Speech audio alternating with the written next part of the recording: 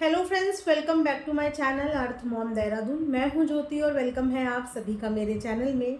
अगर आप इस वीडियो के माध्यम से चैनल में नए जुड़े हैं तो चैनल को सब्सक्राइब करना बिल्कुल ना भूलना। साथ ही साथ नीचे एक बेल नोटिफिकेशन है, उसको हिट कर देना ताकि मेरे आने वाली हर वीडियो का नोटिफिकेशन आप सभी को मिल जाए। शाम से मेरे पास बहुत सारे कमेंट्स आ रहे हैं। जी हाँ, मैं जानती हूँ कि आप सब लोग मेरे रिएक्शन का इंतज़ार कर रहे थे और यकीन मानिए मैं भी बहुत ज़्यादा एक्साइटेड थी इस वीडियो के ऊपर रिएक्ट करने के लिए। शायद जितने ज़्यादा आप लोग वेट कर रहे थे उससे कई ज़्यादा मुझे एक्साइटमेंट थी, क्योंकि मुझे इस पर्टिकुलर व्लॉग और इस पर्टिकुलर वीडियो के ऊपर रिएक्शन तो देना ही था। सो हमेशा की तरह एक टाइमिंग होती है हर इंसान की काम करने की, तो मेरी भी एक टाइमिंग है कि नाइट में आपको जब भी मेरा वीडियो मिलेगा तो आपको 10 बजे के आसपास ही मिलेगा। 10 से 10:30 हो सकता है, लेकिन इससे ऊपर नहीं होगा, तो मेरा ये एक टाइमिंग है। सो चलिए without any further delay reaction video शुरू करते हैं। मोस्ट अवेटेड वीडियो जो कि दिवाली का टाइम पे शूट हो गया था, इस पॉइंट को गौर करना, जो कि दिवाली से भी एक दिन पहले शूट होके बन के तैयार हो गया था। और आज है 5 नवंबर। पिछले 5 दिन से ये व्लॉग सोशल मीडिया पे लाइव क्यों नहीं हुआ, या फिर इस व्लॉग को लाइव करना ही नहीं चाह रहे थे। लेकिन जैसे ही सोशल मीडिया पे इस बात की खबर फैल गई कि अंकल आंटी तो गांव पहुंच चुके हैं, अंकल आंटी तो अंशु को लेने के लिए पहुंच चुके हैं, उसके बाद इस व्लॉग को लाइव करना कहीं ना कहीं मजबूरी भी बन गई थी, क्योंकि ये बात सोशल मीडिया पे आ चुकी थी कि ये लोग आए भी हैं और कहाँ गए हैं वो भी सबको पता था। और हम इसी व्लॉग का वेट भी कर रहे थे ना कि दिवाली वाले व्लॉग को 5 से 6 दिन बाद डालने की कोई ज़रूरत नहीं थी। और आज बैक टू बैक सबके व्लॉग आ रहे हैं, सबके बने बनाए व्लॉग, बने हुए व्लॉग सोचिए कि आज की डेट में पोस्ट हो रहे हैं। सबने प्री शूट करके रखे हुए हैं, सबने। थोड़ी चीज़ें ऑकवर्ड है, अब चीज़ें ऑकवर्ड होंगी तो रिएक्शन में वो सारी चीज़ों के ऊपर बात होगी, राइट। आज का रिएक्शन वीडियो थोड़ा सा लंबा हो सकता है, इसीलिए आप लोगों को पेशेंस रखना है और वीडियो को एंड तक ज़रूर देखना है, क्योंकि इस वीडियो में आप ही लोगों की बताई हुई बातें भी होंगी, आप लोगों के दिल की बातें भी होंगी, जो शायद कमेंट के द्वारा आप लोग लिखते तो हैं लेकिन मुंह से नहीं बोल पाते। लेकिन आप लोगों की बातें मैं कमेंट्स में एक एक बात देखती भी हूँ, पढ़ती भी हूँ और उनको फील भी करती हूँ, तो इसीलिए वीडियो को एंड तक ज़रूर देखना। चलिए कहाँ से शुरू करें? शुरू करते हैं एंट्री से। व्लॉग की एंट्री बहुत ही ज़्यादा इमोशनल, व्लॉग का बैकग्राउंड म्यूज़िक उससे भी ज़्यादा इमोशनल। मतलब और कुछ सीखा हो चाहे ना सीखा हो, लेकिन भाभी से एडिटिंग करनी तो सीख ली, गजब एडिटिंग। इमोशनल सीन भी थे और मुझे भी वहाँ पे इमोशनल फील हुआ, मेरे को भी वहाँ पे कनेक्ट हुआ। लेकिन जैसे ही उन दोनों बच्चों का ख्याल मेरे जहन में आया ना, तो मेरे इमोशंस चुटकी में गायब भी हो गए। आए थे इमोशंस, जब पहली बार उन्होंने गले लगाया अंशु को तो आए थे इमोशंस, जब आंटी रोई तो आए थे इमोशंस, लेकिन फिर उसके बाद जब उन दो मासूम बच्चों की शक्ल याद आई ना, तो सच मानो उनके लिए भी बुरा लगा, और बहुत ज़्यादा बुरा लगा। अंशु से मिलके आंटी बहुत इमोशनल थी, है ना, लेकिन अंशु को भेजने का डिसीज़न वहाँ से किसका था? उन्हीं का। वहाँ से आने का डिसीज़न किसका था? उन्हीं का। तो जब इस डिसीज़न पे आज की डेट में रोना पड़ रहा है, उस डिसीज़न पे रिग्रेट हो रहा है, तो फिर वो डिसीज़न उस वक्त पे लिया क्यों था? ज़्यादा समय नहीं हुआ है, 1-1.5 महीने में रिग्रेट हो गया डिसीज़न पे, 1-1.5 महीने में रियलाइज़ हो गया। इसका मतलब क्या समझे हम? इसका मतलब हम क्या समझें कि 1-1.25 महीने में रियलाइजेशन हो गया कि अंशु को वहाँ पे भेज के कितनी बड़ी गलती कर दी है। आज आंटी की आंखों में अंशु के लिए जो प्यार था ना, पता नहीं ऐसा क्यों लग रहा था कि वो प्यार सिर्फ इसीलिए दिख रहा है क्योंकि वीडियो बन रही है। कुछ डायलॉग्स मेरे दिमाग में खटक रहे हैं, जो डायलॉग्स आज से पहले आंटी को अंशु के लिए बोलते हुए नहीं देखा। बहुत सालों से उनकी वीडियो व्लॉग्स देख रहे हैं, बहुत सालों से देख रहे हैं। आप लोगों ने देखा कभी इतना इमोशनल मेलोड्रामा? नहीं देखा ना। बहुत टाइम के बाद देखने को मिला ना, आई थिंक पहली बार ही देखने को मिला होगा, मुझे भी पहली बार ही देखने को मिला इतना ज़्यादा इमोशनल सीन। चलिए, हो सकते हैं इमोशंस जेन्युइन हो, जेन्युइन ही होंगे, लेकिन जब जब उन बच्चों का ख्याल आ रहा है ना, तब तब ये इमोशंस उन बच्चों के आगे फीके लग रहे हैं, क्योंकि कुछ भी चीज़ आपस में कनेक्टिंग नज़र नहीं आ रही है। पहले तो इतने पुराने व्लॉग का आज टेलीकास्ट होना, एक का भी नहीं, पूरे सपना के ससुराल वालों के व्लॉग आज की डेट में ही टेलीकास्ट हुए, क्योंकि कल परसों की डेट में इस बात का भांडा फूट चुका था कि वो कहाँ गए हैं, क्यों गए हैं, है ना, तो वो दिखाना मजबूरी हो गई थी। उसके बाद यहाँ पे बात करेंगे कि अंशु दे रही थी घर को पानी, ओ हो, घर से भी चीज़ें मुझे याद आई, अब सारी चीज़ें याद आ रही हैं एक्चुअली। घर से चीज़ें याद आई कि शायद ये वही फार्म हाउस घर या जो भी है, क्योंकि मैंने पहले गांव के व्लॉग नहीं देखे, ये शायद वही है जिसका काम रुके हुए 1-1.5 हो सकता है, इससे ज़्यादा समय भी हो गया, इतना समय हो गया। और अंशु के पैर कितने शुभ हैं, अपने घर वालों के लिए कितने शुभ है अंशु के पैर, कि अंशु के गांव में पैर रखते ही उस रुके हुए घर का काम शुरू हो गया, ज़ोरों शोरों से वो काम शुरू हो गया। आज मुझे सपना की बताई हुई एक और बात याद आ रही है, जो कि सपना को अंशु ने बताई थी। अब वो बात ये बताई थी कि सपना से अंशु के पापा चैनल लेना चाहते हैं, सपना से अंशु के पापा चैनल के एक्सेस लेना चाहते हैं, चैनल के पासवर्ड लेना चाहते हैं, एडसेंस लेना चाहते हैं, जिनमें पैसे आते हैं। और इस चीज़ में उन्हें अंशु की हेल्प चाहिए थी, क्योंकि सपना और अंशु उस वक्त पे एक ही थे, उनको अंशु की हेल्प चाहिए थी। लेकिन अंशु की लॉयल्टी देखो, अंशु ने फटाक से जाके सपना को बता दिया कि मेरे पापा आपसे चैनल लेना चाहते हैं, ये पासवर्ड लेना चाहते हैं और एडसेंस वगैरह सब लेना चाहते हैं। और सपना की बेवकूफ़ी देखो, सपना के कान में बताया गया और सपना ने बड़बड़ा के यूट्यूब पे सबको बता दिया। कुछ चीज़ें ना कभी कभी पेट में रखनी चाहिए, समय के साथ साथ सपना को भी ये सीखना आ जाएगा कि कुछ चीज़ें सिर्फ अपने पेट में रखनी चाहिए, है ना। उस समय पे ही ये बात हो गई थी कि सपना से रॉड चैनल लेना है, लेकिन लेना कैसे है, इस चीज़ की पूरी प्लानिंग नज़र आ रही है। अब मुझे दूर दूर तक वो प्लानिंग नज़र आ रही है, क्योंकि चैनल की बात तो पहले ही बाप बेटी के बीच में हो चुकी थी, लेकिन छीन नहीं सकते थे ना, छीन नहीं सकते थे चैनल, पासवर्ड नहीं ले सकते थे, वो एक अलग चीज़ हो जाती, फिर मामला फिर बहुत ख़राब हो सकता था।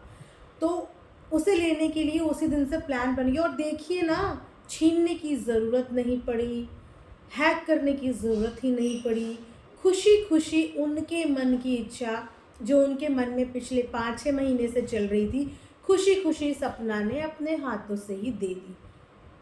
इसे कहते हैं प्लानिंग और इसे कहते हैं एग्जीक्यूशन। बिल्कुल सब कुछ प्लानिंग के साथ एग्जीक्यूट हुआ, जो जो चीज़ों पे नज़र थी वो चीज़ें आज की डेट में बिना किसी लड़ाई झगड़े के उनके पास चली भी गई। और बोलने वाले यही बोलेंगे हमेशा कि हमने नहीं मांगा था, अपनी मर्ज़ी से दे दिया, हमने नहीं छीना, अपनी मर्ज़ी से दे दिया, हमने नहीं बोला, खुद दे दिया। इसे कहते हैं दिमाग, इसे कहते हैं दिमाग। तो वहाँ से जो चीज़ें एग्जीक्यूट हुई थी ना, अब आप देखिए कि जो काम साल से नहीं हुआ, अंशु के शुभ कदम पड़ते ही उस घर के काम शुरू हो गए। अच्छा खासा घर, सीमेंट लग रहा है, खूब बड़ा भी बन रहा है, और आंटी को देख के बहुत दया आ रही है, अंशु की शक्ल देख के कि बेचारी पसीना आ रहा है, थक गई है, पसीना आ रहा है, भले ही वो पानी का पाइप कंटेंट के लिए मार रही हो, भले ही वो तराई वो कंटेंट के लिए कर रही हो, लेकिन फिर भी आंटी को अंशु पे तरस आ रहा है कि बेचारी पसीने में लथपथ है, पसीना आ गया है, कितना काम करना पड़ रहा है, कितना काम करना पड़ रहा है। रटे रटाए डायलॉग थे सारे के सारे, लग रहा था कि कैमरा फ्रेंडली हो चुके हैं अंकल आंटी भी। अच्छा, क्लिप देखना आप, कितने अच्छे तरीके से अगेन एग्जीक्यूट की गई है कुछ कुछ मूवमेंट्स। जैसे कि एक मूवमेंट में गलती से आरूही और बच्चों की याद आ गई, आरूही की याद आ गई, आरू और आरोही की याद आ गई, लेकिन ना तो किसी के मुंह से अपनी बहू का नाम निकला और ना ही किसी के मुंह से अपनी भाभी का नाम निकला। बहू का नाम ना निकला समझ में आता है, लेकिन भाभी का नाम क्यों नहीं निकला ये समझ में नहीं आया। जितनी दिवाली उन बच्चों के साथ मनाई होगी उतनी ही दिवालियाँ और उससे कई ज़्यादा दिवालियाँ तो भाभी के साथ भी मनाई होंगी, बहू के साथ भी मनाई होंगी। आज दोनों बच्चे याद आ रहे हैं, लेकिन वो बहू याद नहीं आ रही है, जिस बहू ने तबीयत खराब के समय पे आपके पैर दबाने से लेकर आपके सर दबाया। आज आंटी के सर के आगे के सफ़ेद बाल नज़र आ रहे थे ना, उस बहू ने ये सर के बाल सफ़ेद नहीं होने दिए। हमेशा आंटी को टिंच पिंच बना के रखती थी, ये बाल सफ़ेद नज़र नहीं आते थे आंटी के। लेकिन फिर भी उस पर्टिकुलर डायलॉग के टाइम पे सपना का नाम नहीं लिया गया, बट बच्चों का नाम दिया। और उसके बाद स्पेशली ये बुलवाया गया कि ताकि किसी भी तरीके की हेट ना तो अंशु को मिले, ना अंकल आंटी को, ना ही उनके घर के किसी मेंबर को, कि मिलने जाएंगे। और ये बात बोलने वाली अंशु थी कि मिलने जाएंगे ना। आंटी कहती हाँ मिलने जाएंगे, अपनी तरफ से हम पूरी कोशिश करेंगे। मतलब कौन सी कोशिश करनी थी? सीमा पार है, बॉर्डर पार है, 7 समुंदर पार है, कि कोशिश करेंगे। मतलब कौन सी कोशिश? ये कोशिश वर्ड समझ में नहीं आया। शिवपुरी से यहाँ पे आने के लिए कोशिश करनी पड़ी? नहीं ना, गाड़ी उठाए, उसमें बैठे और पहुँच गए। तो जब वहाँ से यहाँ आने के लिए कोशिश नहीं करनी पड़ी, तो यहाँ से वहाँ जाने के लिए कोशिश क्यों करनी पड़ रही थी? जब सपना को अंशु से मिलना था ना, तो सपना ने कोशिश नहीं करी, वो पहुँच गई। वो पहुँच गई उससे मिलने, भले ही खेतों के बीच में मिली हो, लेकिन फिर भी वो उससे मिलने पहुँच गई। भले ही वहाँ पे पहुँच के उसका अपमान हुआ हो, उसकी इंसल्ट हुई हो, लेकिन फिर भी वो वहाँ पे पहुँची, क्योंकि उसने कोशिश नहीं, उसने करने में बिलीव किया। जो जो अंशु से जुड़ी अमानत थी, उस बंदी ने एक सुई तक अपने पास नहीं रखी, जबकि वो सारी चीज़ें देने वाली सपना ही थी। उसी ने वो सारी चीज़ें गिफ्ट करी थी और वही उसकी एक एक चीज़ तक लौटा आई।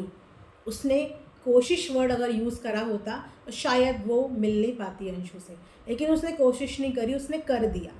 ये भी नहीं सोचा कि वहाँ जाके मेरे साथ क्या होगा, वो लोग मेरे साथ क्या व्यवहार करेंगे, मेरे साथ कैसा बर्ताव होगा, लेकिन फिर भी वो वहाँ पे पहुँच गई।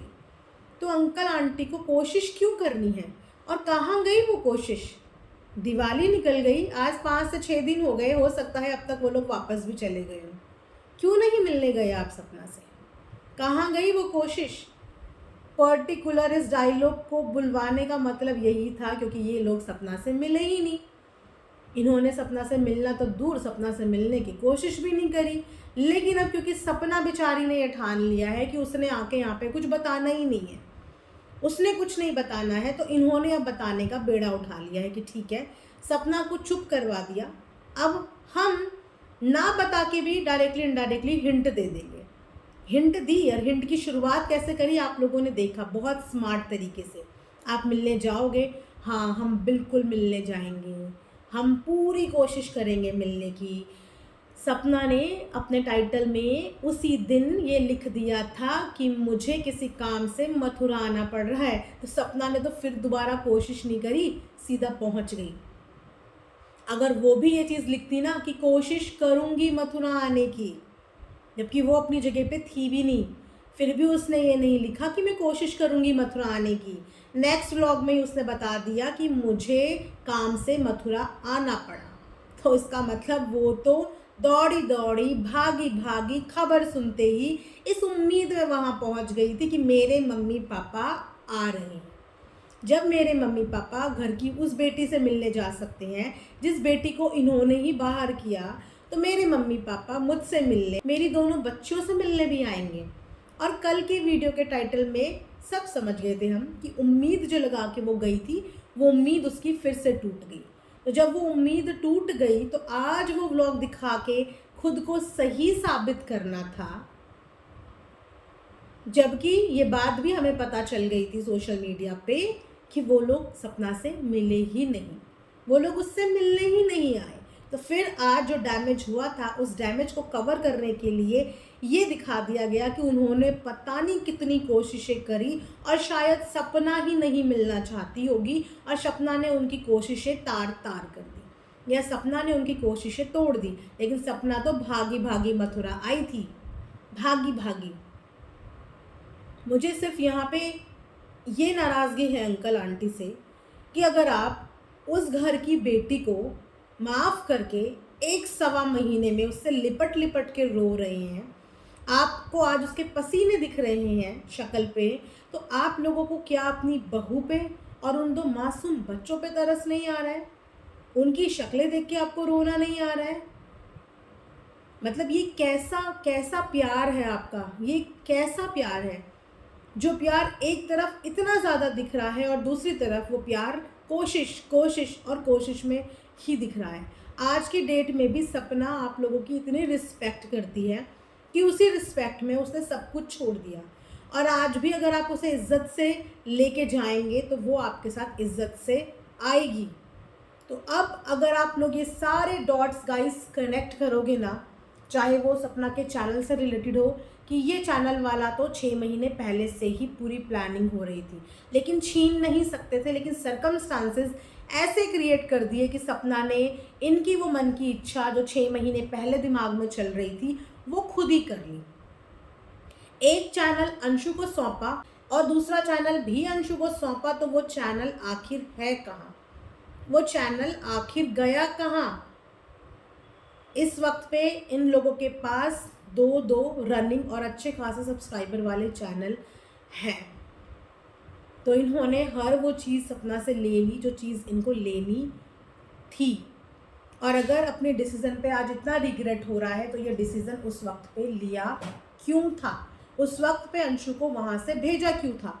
क्या उसको गर्मियों की छुट्टियों में भेजा था कि बस 2 महीने के लिए वहाँ रहना जब तक ये घर से जाती है सपना, जैसे ही ये भी घर से जा लेगी तो 2 महीने में छुट्टी पूरी करके वापस आ जाना? और ये ऑडियंस, जो ऑडियंस देख रही है ना, इस ऑडियंस ने उसी दिन ये बात बोल दी थी जिस दिन सपना ने उस घर से पैर बाहर निकाला।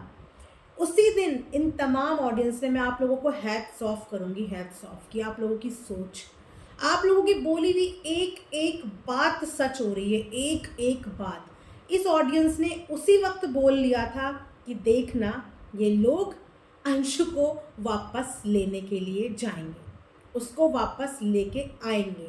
सो इस चीज़ से हम क्या समझें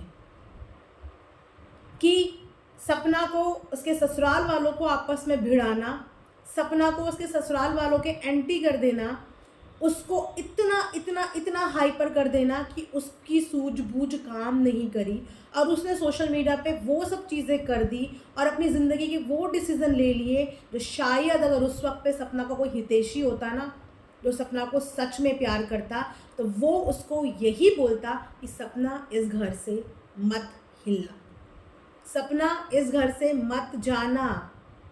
आज भी लोग यही सजेस्ट कर रहे हैं ना कि सपना ऊपर अपना अलग रह सकती थी, बिल्कुल रह सकती थी, लेकिन मैं यहाँ पे बेवकूफ़ी बोलूँगी कि सपना की, उसके अंदर इतनी सेल्फ रिस्पेक्ट उस समय पे आ गई क्योंकि उसको बाहर इस कदर दिया था।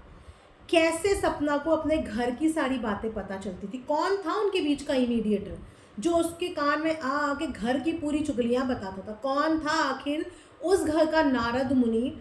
जो सास क्या कह रही है ये सपना को पता चलता था, रिश्तेदार क्या कह रहे हैं ये सपना को पता चलता था। आखिर इन लोगों के बीच में इमीडिएटर था कौन? और जिस दिन सपना ने सूरज जी की ऑडियो डाली, उस दिन उसको उस ऑडियो डालने से रोका क्यों नहीं गया? ये बात क्या पता नहीं होगी कि सपना कोई ऑडियो डालने वाली है?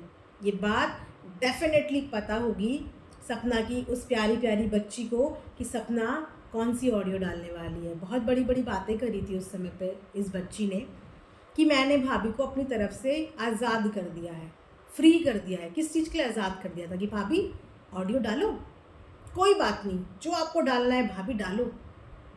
आप लोग समझदार कहते हो ना, आप लोग सपना से ज़्यादा समझदार समझते हो ना अंशु को। अंशु ने उस समय पे समझदारी क्यों नहीं दिखाई? अंशु ने उस समय पे अपनी भाभी को क्यों नहीं रोका कि भाभी आप ये ऑडियो नहीं डालो, भाभी आप घर छोड़ के मत जाओ, मुझे भेज रहे हैं ना, मुझे जाने दो, लेकिन भाभी आप इस घर से मत जाओ, भाभी आप इस घर पे रहो, तब क्यों नहीं समझदारी दिखाई? तब क्यों भाभी को घर से जाने दिया? अगर उसकी जगह आप में से कोई और होता तो क्या आप एक औरत को 2 बच्चों के साथ बाहर जाने की सलाह देता? कभी सलाह नहीं देता। शायद सपना के पास अपनों के नाम पे नकली रिश्ते थे, जिन्होंने उस समय पे सपना को ये समझाया नहीं कि सपना ये गलत चीज़ कर रही है, सपना ये गलत कर रही है, सपना ऑडियो मत डाल, सपना घर से बाहर मत जा, सपना इस घर में ही रहे।